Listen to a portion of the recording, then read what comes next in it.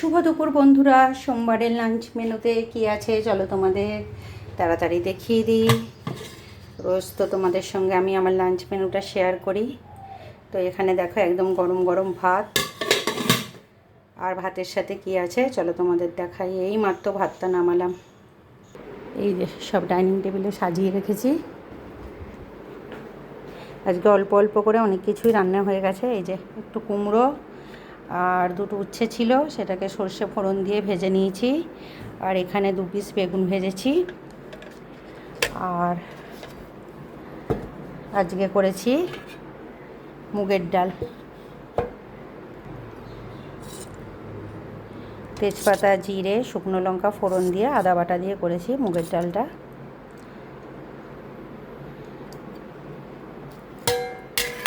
আর এখানে আছে এই যে পোস্ত দিয়ে আলু ভাজা, এতে শুকনো লঙ্কা আর কাঁচা লঙ্কা দিয়েছি, দিয়ে পোস্ত দিয়ে ভেজেছি। একটু লাল লাল হয়ে গেছে।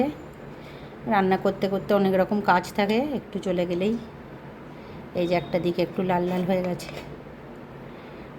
আর আছে আজকে দাঁড়াও,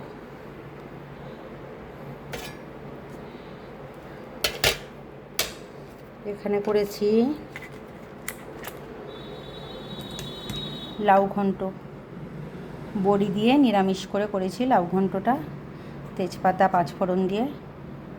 লাউটা খুব নরম ছিল, একটা গোটা লাউ কেটেছি। এই যে লাউয়ের মানে লাউ থেকে যা জল বেরিয়েছে তাতেই সেদ্ধ হয়ে গেছে। গিয়ে একটু নামাবার আগে চালের গুঁড়ো দিয়েছি, দিয়ে এইভাবে শুকনো শুকনো করে নিয়েছি, একটু ঘিও দিয়েছি। তো এইভাবে লাউ ঘন্টটা খেতে মুগের ডালের সাথে খুব ভালো লাগে। আর এখানে করেছি সর্ষে পোস্ত দিয়ে পার্শে মাছের ঝাল। পার্শে মাছগুলো বেশ বড় বড়ই ছিল, তো আজকে সর্ষে পোস্ত বাটা দিয়ে কাঁচা লঙ্কা দিয়ে এইভাবে ঝালটা করেছি। একটু পাতলা করেই করেছি যেহেতু গরম খুব। আর এখানে আছে কালকের আমড়ার টক, আজকে আর টক করিনি।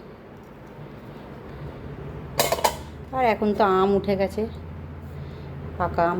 আর এখানে এই যে লেবু কাটা আছে। তো এই তো হলো আজকে সোমবারের লাঞ্চ মেনু। তো কেমন লাগলো সবাই কমেন্ট করো, ভালো লাগলে একটু ফলো করে পাশে থেকো। টাটা।